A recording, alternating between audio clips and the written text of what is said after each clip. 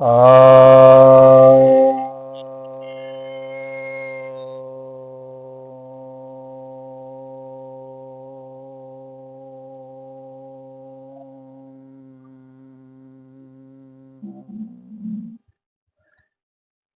सभी भक्तजनों को सप्रेम नमन।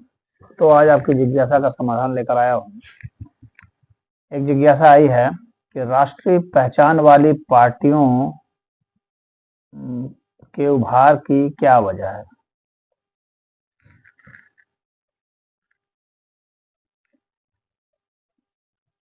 भारत में कई पार्टियां बनी हैं। शुरुआत में जो रजिस्ट्रेशन प्राप्त होता है वह क्षेत्रीय पार्टी का ही होता है, बल्कि क्षेत्रीय पार्टी भी नहीं कहेंगे, जो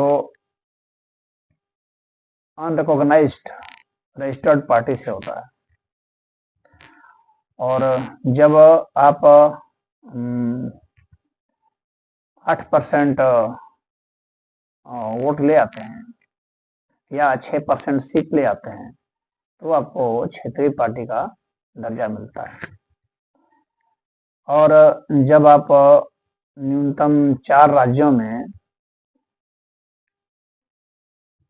उतना ही प्रतिशत ले आते हैं तो फिर दोनों में से कोई भी, या तो 8% वोट ले आए या 4% सीट ले आए, तो फिर आपको राष्ट्रीय पार्टी का दर्जा मिलता है। अब राष्ट्रीय पहचान वाली कुछ एक पार्टियां ही हैं, जैसे कि भारतीय जनता पार्टी है और कांग्रेस पार्टी है। तो अब ये जो है राष्ट्रीय कांग्रेस पार्टी और भारतीय जनता पार्टी, ये दो पार्टियां हैं। और इधर कुछ समय पहले तो अरविंद केजरीवाल की पार्टी, आम आदमी पार्टी है, उसको भी दर्जा मिला था, लेकिन पता नहीं अभी इस समय शायद वो है या नहीं है।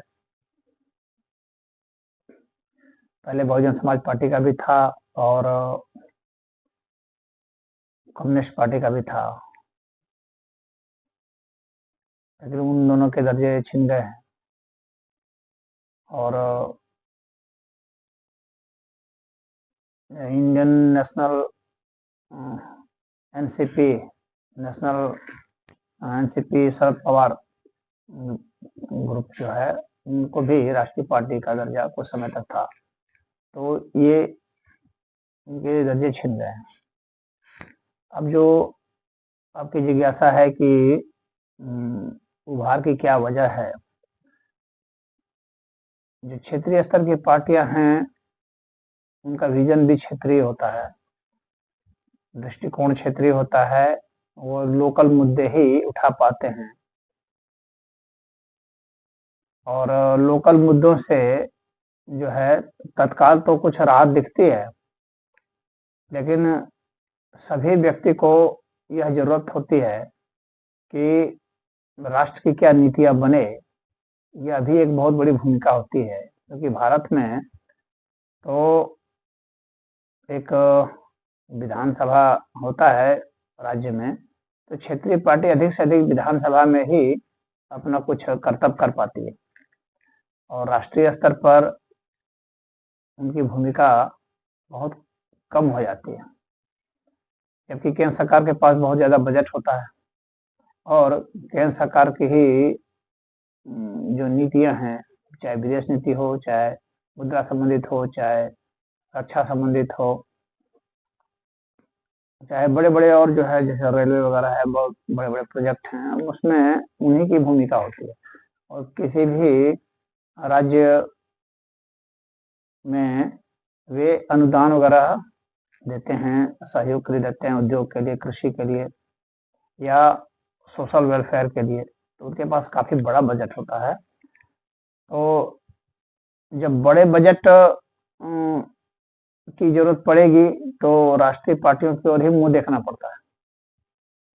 तो उत्साह में तो या अज्ञानता में लोग दे देते हैं, क्षेत्रीय पार्टी को भी वोट दे देते हैं, उन्हें सत्ता में ला भी देते हैं, कई जगह हुए हैं भी, और प्रभावी तरीके से भी हैं, अपनी भूमिका वे निभा रहे हैं जहाँ पर हैं जैसे हैं, परंतु एक व्यक्ति को हर तरह के विकास की जरूरत पड़ती है।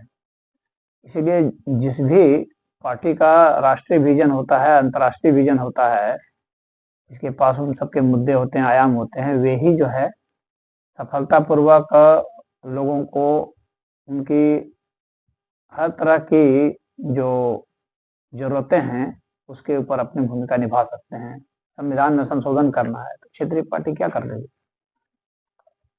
वो राष्ट्रीय पार्टी ही कर सकती है। तो बड़े बड़े मुद्दे हैं, विदेशों से भी कोई भी प्रोजेक्ट डील करनी है, कोई भी नीति बनानी है, तो क्षेत्रीय पार्टी कुछ नहीं कर सकती। तो अगर उनको थोड़ा बहुत तो आ जाता है तो वे क्या करते हैं कि वहां पर फिर जो है ब्लैकमेलिंग का काम शुरू करते हैं। अगर केंद्र में सरकार मजबूत नहीं रही, बहुमत नहीं रहा राष्ट्रीय पार्टियों का, तो वहां पर ये ब्लैकमेलिंग करते हैं और फिर उनको भी काम करने नहीं देते हैं, काम में अवरोध उत्पन्न करते हैं।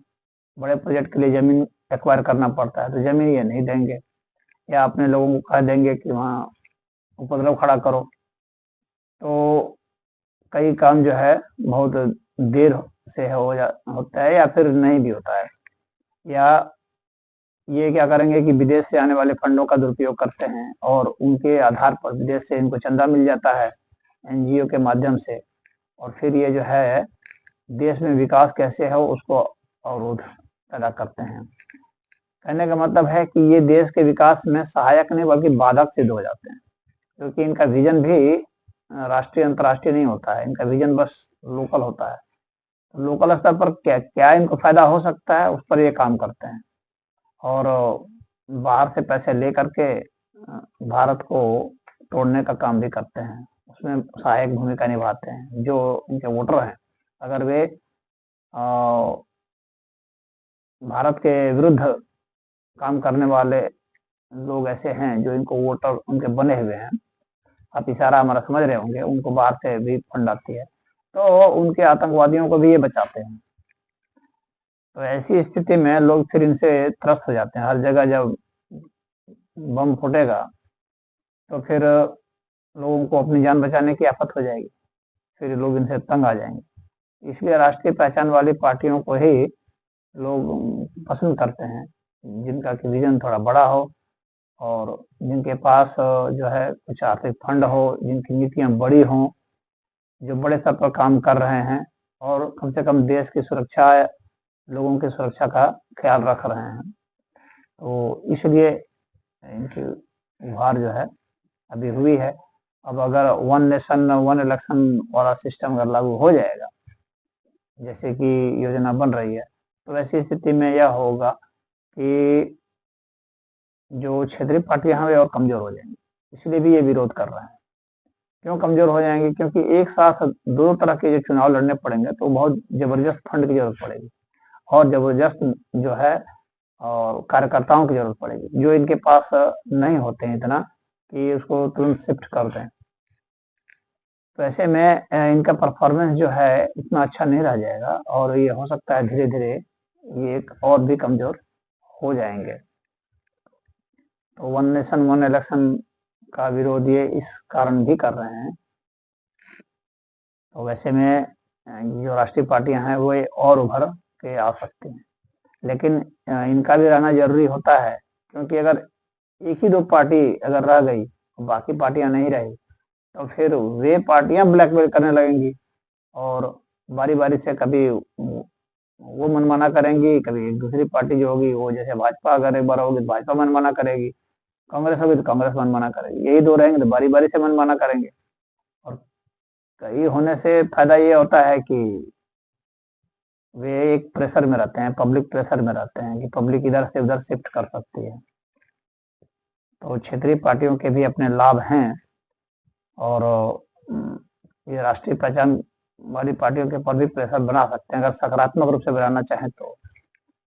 हालांकि अमूमन ये नकारात्मक ही बनाते हैं, लेकिन सकारात्मक बनाना चाहें तो बना सकते हैं। और भारत का जो फेडरल स्ट्रक्चर है, यानी राष्ट्र का और राज्य का, इन दोनों के बीच में जो विषयों की सूची बटी हुई है, उन सूचियों पर जो है ये क्योंकि स्टेट का भी अपनी सूची है, तो स्टेट की सूची में केंद्र बहुत ज़्यादा हस्तक्षेप न कर पाए, इसके लिए भी ज़रूरी है कि क्षेत्रीय पार्टी भी मजबूत रहे।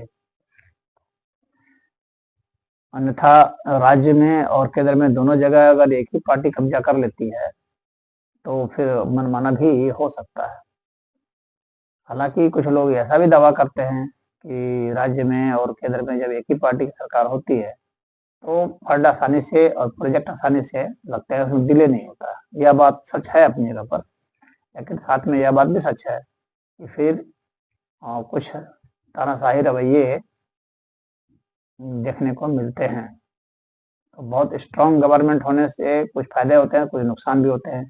और राज्य और केंद्र में दोनों जगह एक ही पार्टी का शासन रहा, तो उसके भी कुछ फायदे नुकसान इस प्रकार से हो जाते हैं। तो एक चेक एंड बैलेंस का सिस्टम जो है भारत के संविधान में दिया गया है। कई पार्टियां जो है इसमें भाग लेती हैं, तो चेक बैलेंस रहेगा तो देश का विकास अच्छा से होगा।